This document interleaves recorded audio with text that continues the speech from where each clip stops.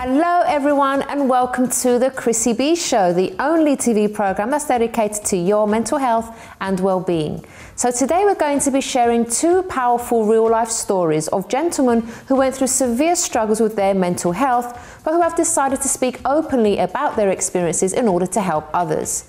We have on Chris Young, who has borderline personality disorder, but he hasn't let his struggle stop him from doing some incredible things, including his Walk a Mile campaign that aims to raise awareness for mental health issues, as well as his upcoming book, which chronicles his journeys around the UK. We also speak to Alika Agidi-Jeffs, otherwise known as Infecta, about how his whole life collapsed around him in a matter of months and how he almost completed suicide until something stopped him. We'll also be showing you our trip to Brookmans Park Primary School, where I and the dance troupe from the Victory Youth Group went to teach the children the MHD Challenge. And for those of you who don't know what the challenge is all about, MHD stands for Mental Health Dance Challenge, and it's basically a dance all about fighting against depression and coming out on the other side. And if you want to get involved, visit chrissybshow.tv to read all the information there. So not only did we teach the children the dance, but I also got to speak to them about the importance of talking about mental health and fighting back. Brookmans Park is not the only school that the MHD Challenge will be visiting, so keep an eye out for more schools being featured on the programme. Something else that we're having on the show is our coach Chris Brown telling us about why the festive period is such a popular time of year to switch jobs and how you can leave behind a great legacy should you decide to do so. But before all of that, the festive period can be quite taxing on our looks. So here's our producer Julianne getting some tips from beauty expert Sani Somo on how to brighten up those tired faces. Take it away, ladies. So, hi, my name is Sani, and I'm hair and makeup here on the Chrissy B Show. And since it is the festive season right now, we all have way too many late nights and way too many early mornings. So I thought it'd be super useful to do a couple of quick tips on how to look your freshest when you really don't feel like it. And the first one is actually from my grandmother. So it involves teaspoons. So I'm going to show on the beautiful Julianne. So if you put the teaspoons in the fridge, don't do freezer because that's going to be dangerous. And then you just press them under your eyes for a little while. It really brings down the puffiness and it wakes up your eyes. And I actually sometimes, I put my eye cream on the spoon. Yeah. And if you put your eye cream on the spoon and you kind of go like this, it's amazing. It feels so good. Yeah, so much better than just doing it. I know. But no freezer because it's going to get stuck on your face. All right, okay. So next thing I would do is put on a clay-based mask. Now I can't show you the clay-based mask on beautiful Julianne because otherwise we'd ruin her makeup. So anything with clay has a tendency to draw out impurities from the skin. So if you've had too many fatty food, way too much sugar, too much alcohol, anything that's not good for you, the clay will draw out the impurities. And clay masks come, like pretty much every single range has their own clay mask. So you can get one from £2 to £200 if you feel like splashing out. Now, after you've rinsed the clay mask off, put on your moisturizer, the next thing I would do is use an eye brightener. Now, we already used some on you because obviously, like, your skin is amazing, but we used a little bit of pink-based under eye corrector on your eyes. And the thing with corrector and brightener is it needs to have, I don't know how well the color is going to show up here in the studio, but it has a pink undertone rather than a kind of a yellowish skin undertone. So if you layer this under your normal foundation or your normal concealer, it actually kind of really brightens up the eyes and it wakes you up.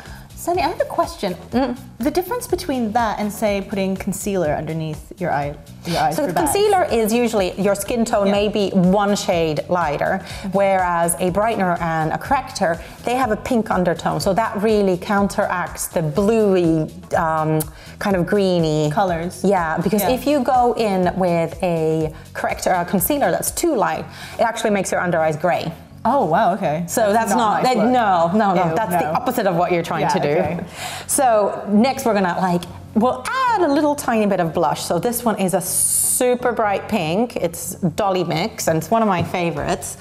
And lightly, because most likely if you're feeling a little bit I was gonna say under the weather, but it's more like partied out, your complexion is gonna be a bit pale. Yeah. It's not gonna look its best. You'll look tired. You're gonna look tired. So I know, and it's just like kind of, even if you're not feeling super energetic and super sprightly, a little bit of blush will help along the way for sure. Now, we've already done this as well with you, is the key thing is when you're tired, your eyes tend to be a giveaway. Even if you've done the under eye brightener, even if you're wearing eye makeup, it's just your eyes are gonna look tired. So the trick is, don't get people to look at your eyes. So what we do is, in makeup, is wear a really bright lipstick. Oh, okay. So when you're wearing something like the really bright red now that you're wearing, automatically the eye is drawn to it. Whether it be, I'll just show you some alternatives. So Julianne is wearing this super bright red. That's like a very classic red, I would say. But if you're a cooler kind of tone, you could go for a very kind of a magenta pink, would look amazing on pale girls. Or even if you are of a darker skin tone, you could go like a very deep plum or berry, something that will draw the eye away from those tired eyes. And I think I'm just going to add a little tiny bit on you. It really, there's something about bright lipstick that really kind of captures the eye, it captures the light, and even if you're not feeling super awake, it makes you feel way more awake than you actually are. And you suit a red so well. Oh, see, I really feel a lot brighter, actually. I know. Yeah. As soon as we put the red lipstick on you backstage, you were like, hi guys. That's when the selfies come in. And it does really help. For me, I do either bright red or I do like a really kind of fuchsia pink, like an 80s super bright pink. And then I feel like I don't care if I'm cross-eyed, because people are just gonna notice. Then you notice the smile as well, if you can muster up a smile. Oh, great tip. Perfect. All right. Cheers. Cheers. And thanks to the lovely Julianne for joining me for these morning after tips. Now, if you do at least 3 of these, I guarantee that you are going to look a lot more fresh-faced than you might feel on the inside. I hope to see you next time. Bye. So thanks very much to Julianne and to Sani there. So now it's time to watch the first part of Chris Young's interview, talking about his experience with borderline personality disorder, but also not letting his struggles stop him from doing some great things. I was always misdiagnosed with depression and anxiety. The medical profession knew there was something wrong with me, but I was finally given a formal diagnosis towards the end of 2007, early 2008, and it was a diagnosis I didn't really want because of the stigma that's attached to borderline personality disorder. It felt like a relief because I knew I had something that wasn't anxiety and depression.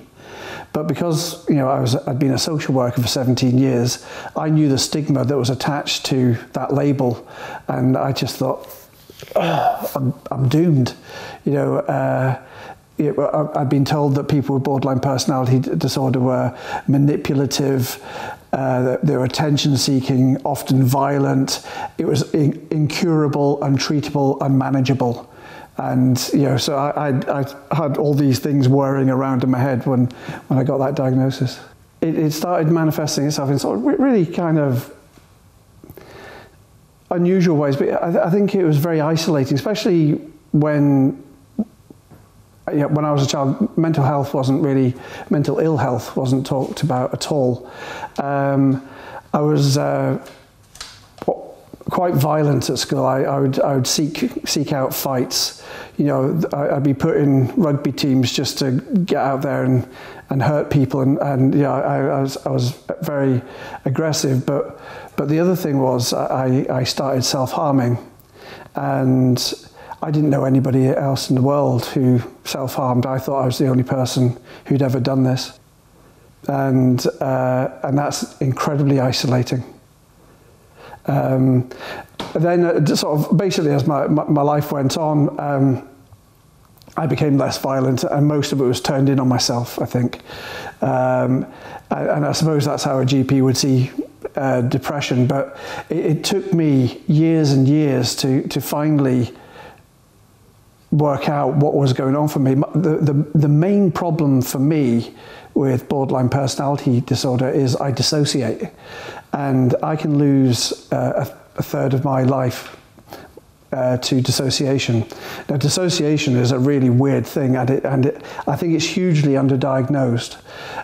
For me, what happens is, and it's a telltale sign for people around me, I'll start looking, it's always at my left hand, and cognitively, I know my hand is real. But emotionally, you know how you get those gut feelings that you know something to be true? I know my hand isn't real. So if my hand isn't real, then it follows the rest of my arm isn't real, the rest of me isn't real. If I was dissociating now, you wouldn't be real. None of this would be real. It's an incredible sort of disconnectedness from the world. It comes about from when I was sexually abused as a child. It's a brilliant defense mechanism, because this is when something's going on to you and it's too much for a young mind to take. What happened with me is my mind went, you know, that's enough of that.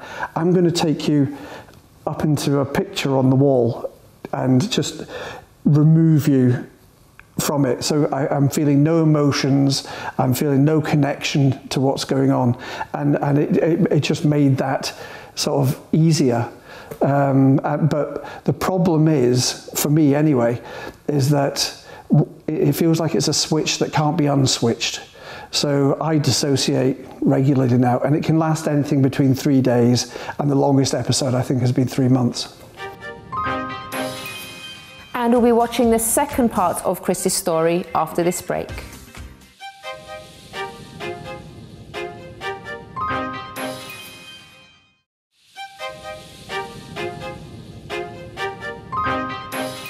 Welcome back to the Chrissy B Show, everyone. So before the break, we showed you the first part of Chris Young's story. Let's watch the rest of it now. The Walk a Mile campaign started off in 2011, where I started to walk around the edge of the UK to highlight the experience of people with mental health problems. The idea of walking around the edge of the UK was because that's where people with mental health problems often feel they are, on the edge. And since then it's kind of grown arms and legs, and it's become a really quite a wonderful thing. I did it with no money because a couple of friends of mine took me aside before the walk started and said, "You must read this book by Satish Kumar, it's called No Destination." And Satish Kumar, he started his own campaign in the 60s. He was protesting against nuclear arms, and his guru said to him, "You'll be taking no money with you, because if you take money with you, the only people you'll meet will be hoteliers, and you won't have the motivation to talk to people at the end of the day." And I thought, if this guy can walk from India into Pakistan when the two countries were at war, expect and get hospitality, I thought surely I could get that while I'm walking around this beautiful country of ours. I started in Edinburgh. I went up the east coast of Scotland, across the north, down the west coast. I've gone into northwest England and into northern Wales. And then I've been caught up in numerous campaigns since, but I will be returning to North Wales hopefully in the spring. So a little further along the beach, on my way into Liverpool, I've been looking at the Iron Men that they've been created by some artist whose name escapes me, and they're looking out to sea. And I got to think about an Iron Man that I met on my way in. He's a chap called Randall. He's a man who's 77 years old, he tells me. And then recently Randall found out he had lung cancer. And I've never seen anybody quite so upbeat about having lung cancer and being so confident in his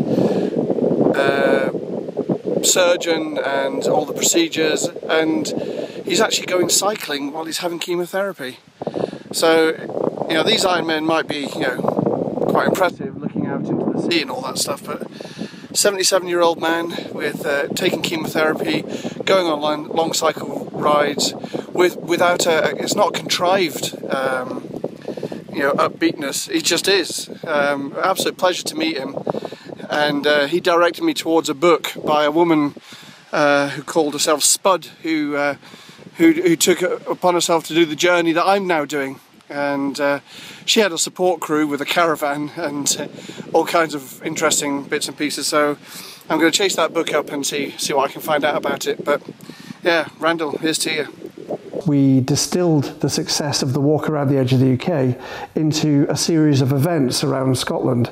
So what I'd noticed was that mental health professionals and mental health punters very rarely meet up on the internet, and the only times they ever meet is in situations of stress. So if you're somebody with a mental health problem, you go to your GP and you say, I need services, and your GP goes, there aren't any. And so that's a point of stress. And then later on down the line, people become more unwell and they get sectioned. And that, again, that's stressful for everyone concerned. So we've set up these lovely situations where we get people to literally walk a mile in each other's shoes. We divide people up with t-shirts. So one t-shirt has a pink emblem and another has a green one. And we just say to people, wear that t-shirt, go and find a stranger with a different coloured emblem and walk a mile in their shoes. And the feedback has been fantastic. I always remember we were walking down the Royal Mile in Edinburgh. There was 700 of us, and normally when you see big marches, people are shaking their fists and making a noise, but people were just quietly talking to each other, and I couldn't have wished for more. So that's part of what our charity is aiming to do. We are bringing the Walk a Mile initiative down into the rest of the UK, England, Wales and Northern Ireland. I've written the book, Walk a Mile, Tales of a Wandering Loon, and that batters the stigma against people with borderline personality disorder. And I need to return to the walk to finish my little tour around the rest of the UK. But it's all very positive, and as long as we keep talking, I think we'll do fine. So thank you very much to Chris for being so brave to share his story there, and we'll be watching another powerful real life story after the break. But before that, let's see how we got on doing our MHD challenge at Brookmans Park Primary School.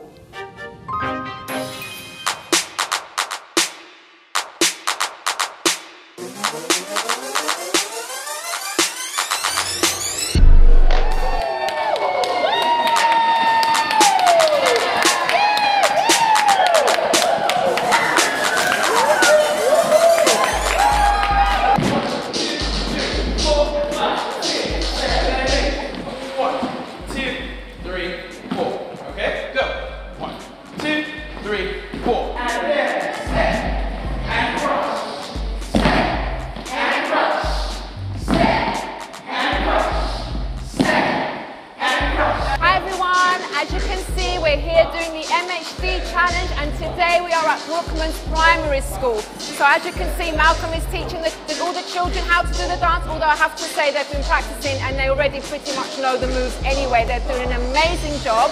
So this is the very first school that we are at today, and we're going to be doing more schools after this, but I mean, the kids absolutely love it. We're having a lot of fun, and as you can see, they are absolutely amazing. So let's check them out.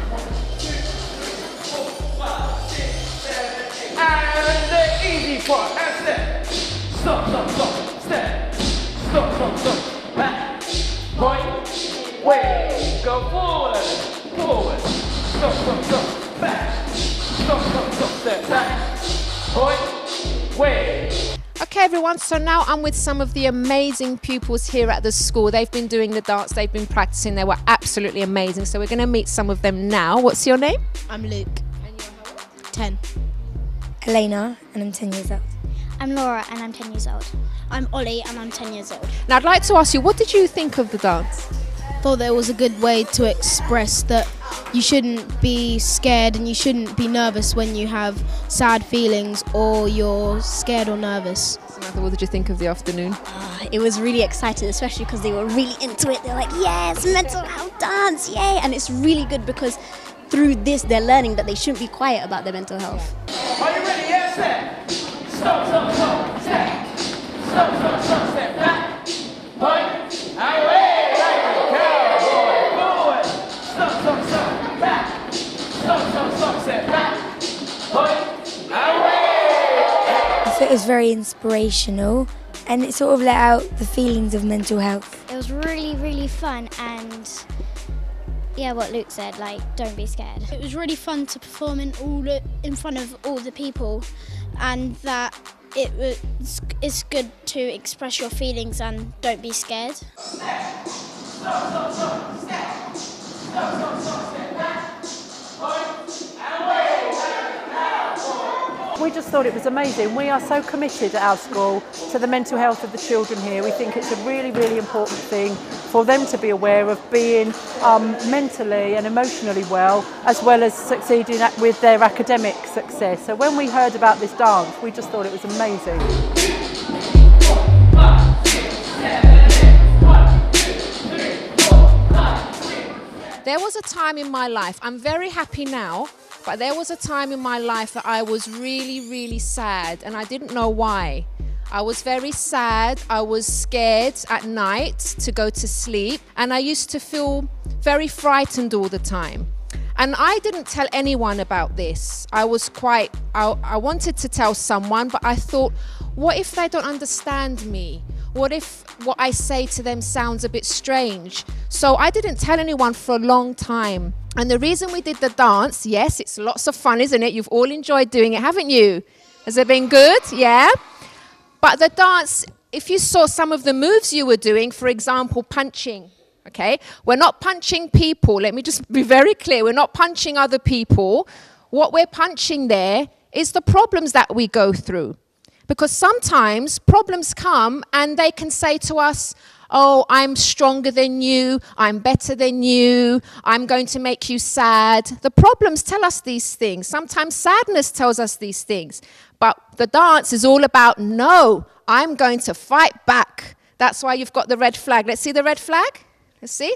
And the most important thing that I want to tell you today is that if any of you are feeling sad about anything, it's okay. Just make sure you speak to someone, okay? So that could be your parents. It could be an older brother or sister. You could tell your lovely teachers here as well, okay? But don't keep it inside because everybody's here to help you, okay? You've all been absolutely amazing. So now we're going to do it all together. Are you ready? Yeah? Shall we start? Ready? It's payback time! All right, are you ready? 5, 6, 7, 8.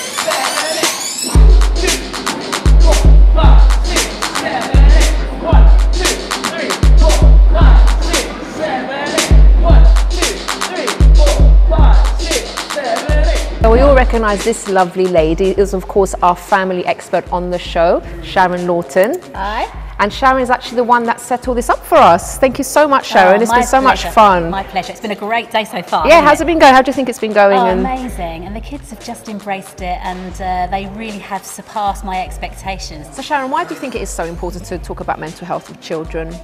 Well, I think sometimes as adults we don't appreciate the fact that children have big feelings too, and we can brush it to one side and say, well, don't be silly, never mind, you'll get over it, and all of that type of thing. And all that does is teaches children that we feel awkward about how they feel, or that they are overreacting. And in today's world, when we know that mental health is so important to all of us, but the big spike with children, you know, it's really important to get them to talk. So this is a great vehicle to do that. That's brilliant. And we have got some more schools lined up, haven't we? We have. Watch this space. Yeah, so we will definitely let you guys know about the other schools that are coming up. Sharon, thank you so much. Let's get dancing. Yes. 7, 8, step. Stop, stop, stop, step. Stop, stop, stop, step back. As you can see, guys, they have been practicing. They've done so well with the dance. So proud of them. It's been an absolute amazing time here. And it's just so great to be able to spread the message about the #MHD challenge.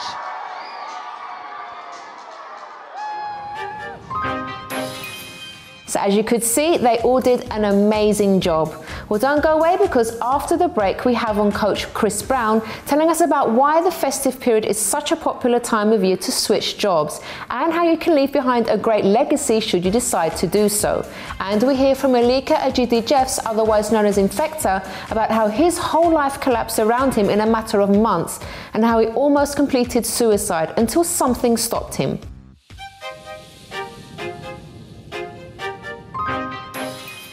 I'm Chrissy B, and my show is all about improving your mental health and being happy. Join me every Monday, Wednesday and Friday at 10 p.m. on my channel Sky 203. Visit chrissybshow.tv for more information and subscribe to our YouTube channel Chrissy B Show.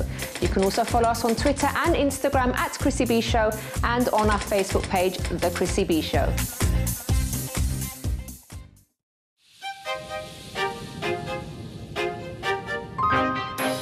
Welcome back to the Chrissy B Show, everyone. So now it's time to hear from our resident coach, Chris Brown, telling us about why the festive period is such a popular time of year to switch jobs.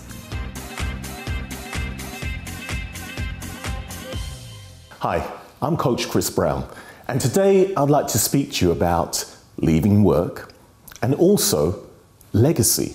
Now, while I speak, let's talk first of all about the whole idea of change of work and leaving work.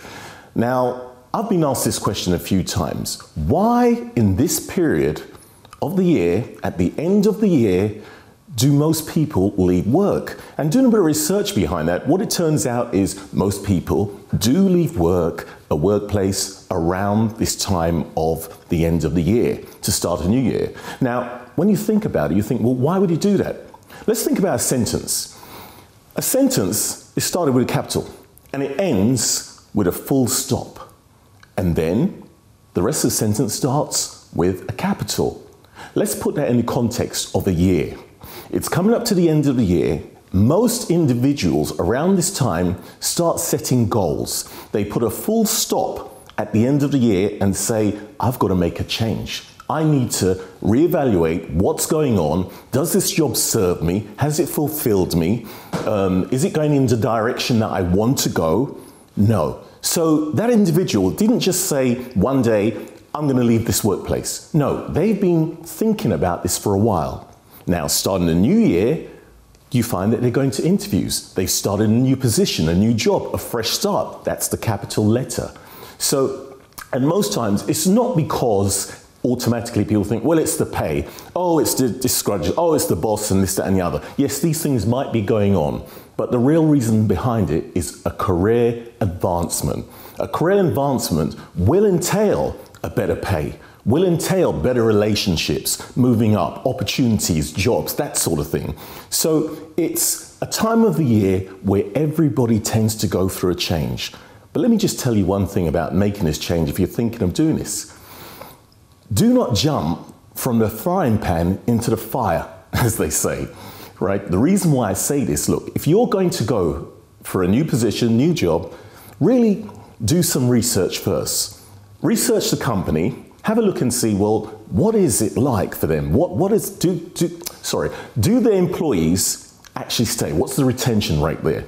Because the fact about it, if you're going somewhere and you find out that there's a fast turnover of all the staff, you've got to really think about it. You don't want to jump and then go to another place where you're going to be in the same position, year comes and you haven't advanced and you've gone back to the same thing. So be very careful about it. It's a good move, not saying don't do it, but plan it out carefully. Don't just jump just because it's the end of the year and that's what I'm going to do. Think about it, work it out, see the pros and cons, and then go for it. Now, here's the other bit about going for it. We was talking about leaving a legacy at work. Now, when we talk about leaving a legacy at work, we're talking about the whole idea of a legacy is leaving something behind that you would be remembered for. So you might think, well, what would I leave behind that I'll be remembered for? Well, there are many things at the end of the day. You can actually see the fact that, let's just talk about the whole idea of legacy first of all. Leaving something behind, you might think, I might not have anything. Look, you want to know that when people speak about you after you're gone, and when I say gone, I'm talking about transition from job to another job. All right, before we start thinking, when I've gone. I'm not talking about that kind of gone, but yeah, that comes into it too. What do people say about you after? What did you start in your company? What was the difference? What would people say, oh, did that person start that? You see, there are many legacies you can leave behind, and just helping an individual and making a difference, contributing to somebody else's life, somebody else's company, each and every day, that's leaving a legacy. But let's go back to specifically the work. Now, think about this. What would I leave behind as a legacy? You might be saying to yourself, well, there are companies, let's talk about philanthropy, helping let's say communities, looking at what you can do around you, that actually makes a big difference. Now, you might say, well, where's that going to come from? We're talking about profits of a company. That's the reality of it. Now, we could talk about philanthropy. It's actually said as a fact that a company that actually engages in this sort of work has a higher retention of staff. The employees tend to be more devoted to this company and be more happier. The reason being, think about this. Something goes wrong in that company. People don't get paid at the end of the time. A few things go wrong. A company that doesn't have that, people think, right, that's it. I'm going to go, and that's it. But no, you've actually got this situation here where because there's a purpose and a good purpose behind a reason, the individuals tend to club together and see, how can we make this work and sort this out? Because it becomes more of a family. You've got a purpose behind it. They know that if they don't do this to deliver at the end of the day, somebody else down the line is going to suffer. So it helps. Let's think about another one we can actually do, which is very practical, you can actually do right now. And of course, I'm going to mention this one, coaching. If you can implement a coaching program in your company and the individuals in the company are benefiting from it, the company benefits as well. Because what happens is the company produces more, right? They're more productive. The staff are more productive. If you get rid of all the issues, the problems that are going on, it could be the personal, it could be the work, it could be how you do the work. Implementing a coaching program will make a difference. That's another one. So here we go again. You've left the company. Who started this coaching program? Oh, you did. They talk about you, what you've done. That's a great thing. It's a good feeling. You're making a difference again, right? Mentoring, that's another big one. Getting someone to actually, somebody who's a newbie, to actually shadow the superstars in your company. To get them to shadow them, to mentor them, to see what they do, how they go, and to miss all the potholes along the way and have a career progression. That's another good thing to put into place. Right, now, I could talk about many of these. We talk about training as well, different training engagements you can actually do, set up as well. I myself actually gone into companies and delivered these trainings. It makes a big difference. Now, on top of that, what I'd like to say is overall, what kind of legacy are you going to leave behind? Because your legacy is about making a difference, making a change. This is something I want you to think about. What kind of legacy are you going to leave behind that people will say, you left this and you've made a difference? That's what it's about. Thank you. Bye-bye. Thank you very much to Coach Chris Brown there. So now it's time to hear the powerful story of Alika, otherwise known as Infecta, about how his whole life collapsed around him in a matter of months, which led him to trying to kill himself. My mental health issues started in 2012, around the end, or early 2013. And it was basically triggered by the death of my auntie, the death of two close friends in my area, to gun and knife crime, being robbed. Me getting held at gunpoint for my iPhone. My 5-year relationship breaking down, was about to get engaged. My auntie telling my mum that my dad might also be dead, and I overheard it. I wasn't meant to hear that conversation. My video of me now basically losing the plot online, where I was singing on a tube, because by then I started singing everywhere and anywhere, because I just needed to keep my mind busy from all the stuff that I've already mentioned. And then last but not least, a really crazy dream that I had where I thought I was talking to my dad. But then when I woke up in real life, I was sat down. I didn't go to sleep sitting down.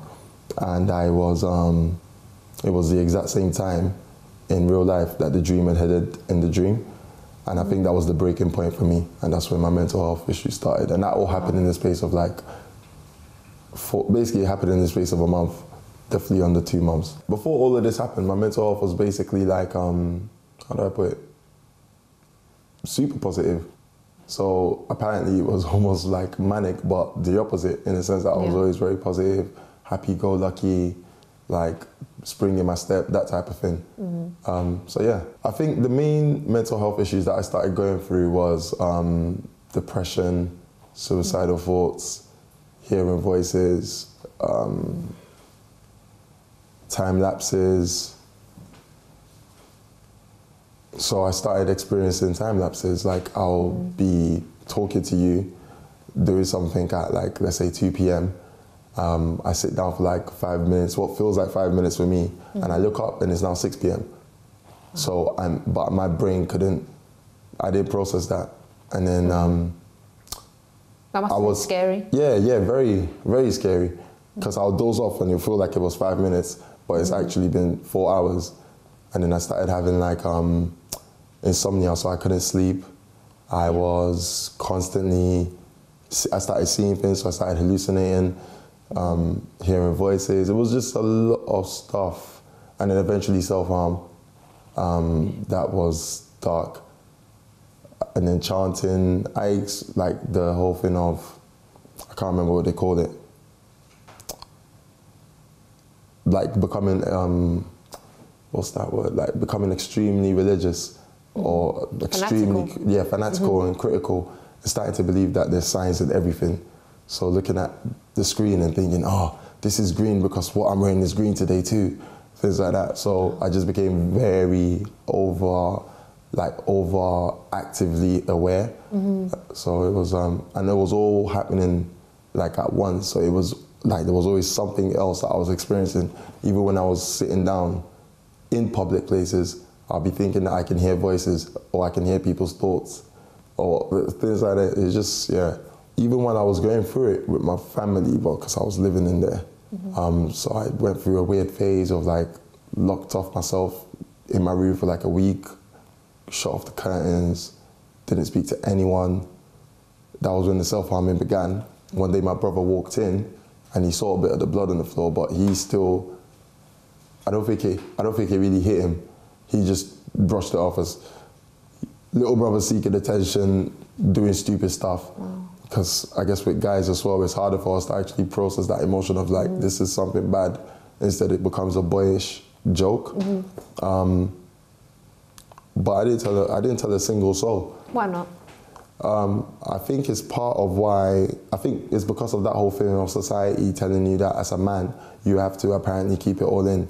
So you're always telling yourself, or society has told you for long enough, that by the time you have your thoughts of your own is nagging you in your back of your head, telling you, be a man, whatever that means.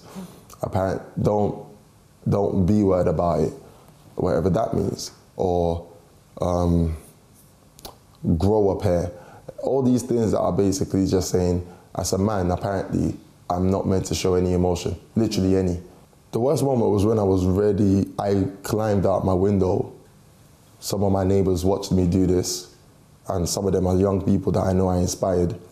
And I was really ready to go. I was ready, like, that was the worst moment, because I literally was about to plunge into my own death. Literally, I remember it very, very, very vividly. Very vividly. My brother, by chance, came round and saw that my window was open. He saw that the last thing on my laptop was about ways of committing suicide. He screamed out for me, and then I started crying, and I was recording it on my phone until now. I don't know where that video's gone. There was a lot of things that in my culture we think is just spiritual to do with those times. So I definitely agree with some of it, because some things till now can't be explained. Till now, no doctor or scientist can explain to me that dream that pushed me over the edge. I went to sleep lying down in my bed.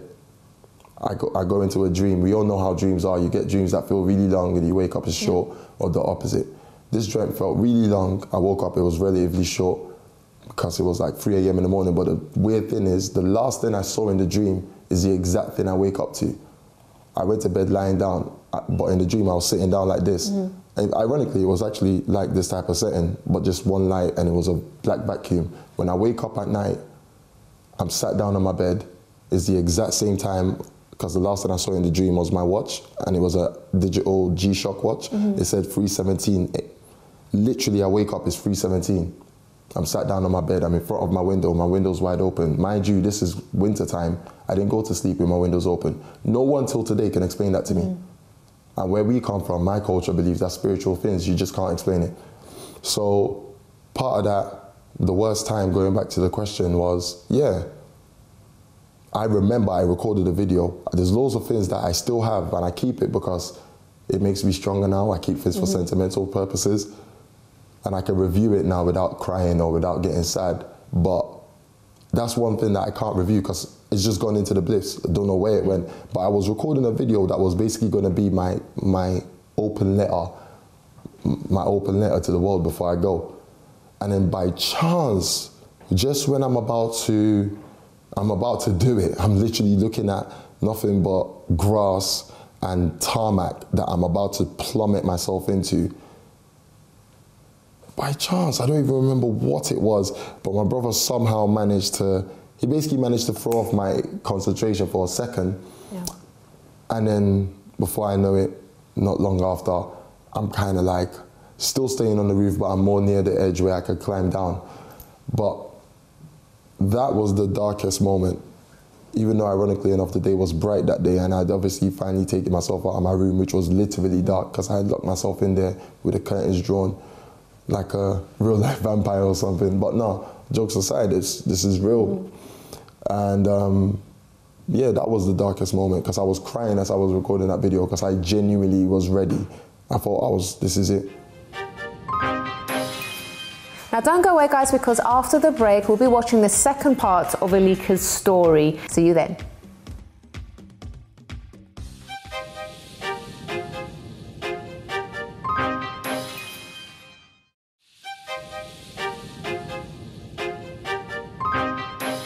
Welcome back to the Chrissy B Show, everyone. So before the break, we watched the first part of Alika's story.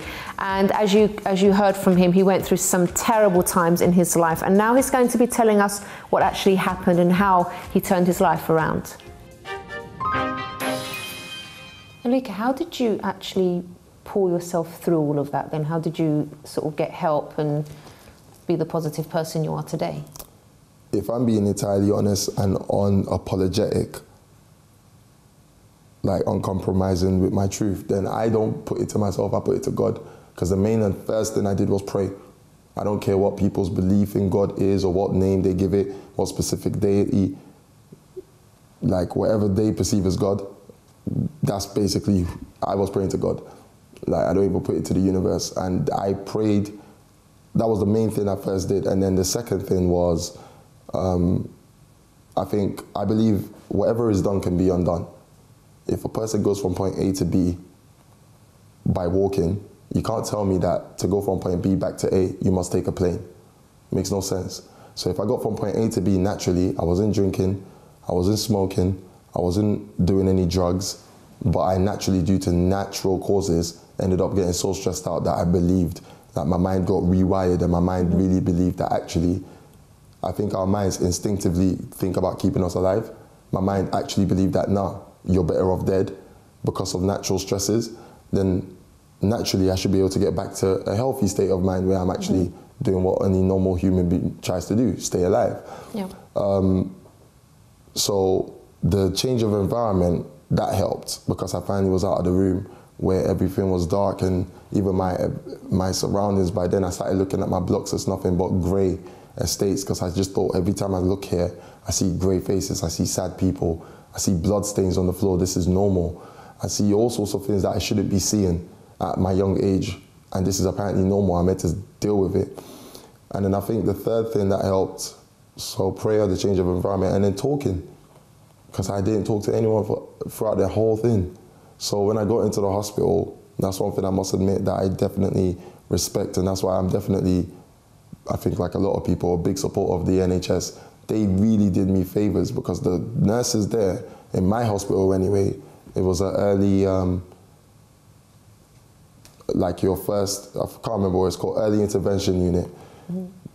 They are really good at what their job is because they managed to get me to talk, and more importantly, not just talk, but start, before I knew it, I was basically self-nursing myself, because by talking, they'll ask me the right questions that will lead me to actually then make sense and see the method in my madness, so that I can reassure myself that I'm not actually mad.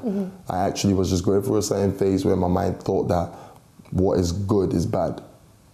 And the talk literally helped me to see that and map that out. And then all of a sudden, like anything else, once you understand it, you don't fear it.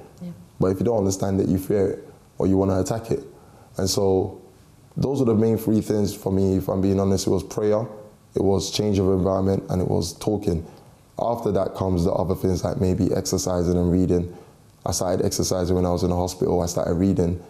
But it was through prayer. Like, I had one night in particular in the hospital where I was reading, I had read something about don't just sit there, have faith. A good friend of mine, Vendrika, I have to definitely give respect where it's due.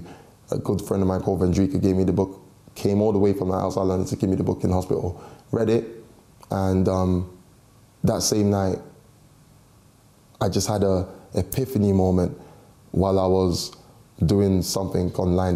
They give you like a computer, you have to sign it for like 30 minutes. Because when you're in the early intervention center, just to make it clear to people who are watching, basically the way it works is you're like in a prison, but you don't know. The early intervention centers, they make it look like a home. So it doesn't even look like a hospital. So someone like me, while I was still doped up and not really with it, I didn't even know for the first like month that I was in a hospital. Because it literally has like a sitting room, but it's when you're going into your room that you feel like, okay, why is the floor like I'm in a, But anyway, while I was in there doing something on the computer, it just clicked to me like, Alika, you're not meant to be here. You've got a life to get back to, you've got a job, you've got your vision, you've got family waiting for you. And then that's when it became clear to me, I'm in a hospital, I need to get out of here. But yeah, those were the main things. And tell us briefly about your rapping and your spoken word that you do. Music is literally my savior. That is the easiest way to put it. In all honesty, music is my savior. So I started doing music when I started going through a lot of bullying and racism when I first came to the country from Lagos to London at the age of 10.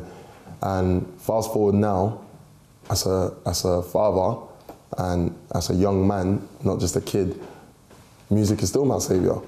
And now, in fact, the music that I make is all inspired by mental health.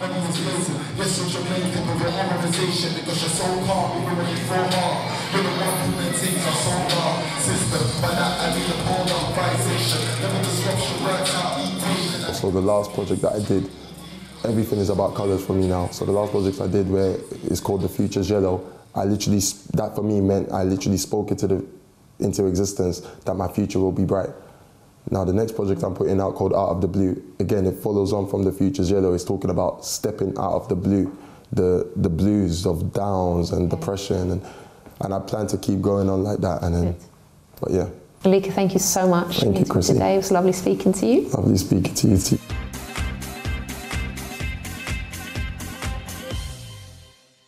Well, everyone, we have reached the end of today's program, but as you could see, we had two really powerful real-life stories on today. And if you yourself have a story that you would like to share to help raise awareness about mental health issues, please do email us on info@chrissybshow.tv. You can also tweet us at Chrissy B Show, or leave a message on our Facebook page, The Chrissy B Show. And if you'd like to hear more about my mental health journey and how I recovered completely, you can visit my personal website, which is mylifeafterdepression.com. Until next time, bye-bye for now.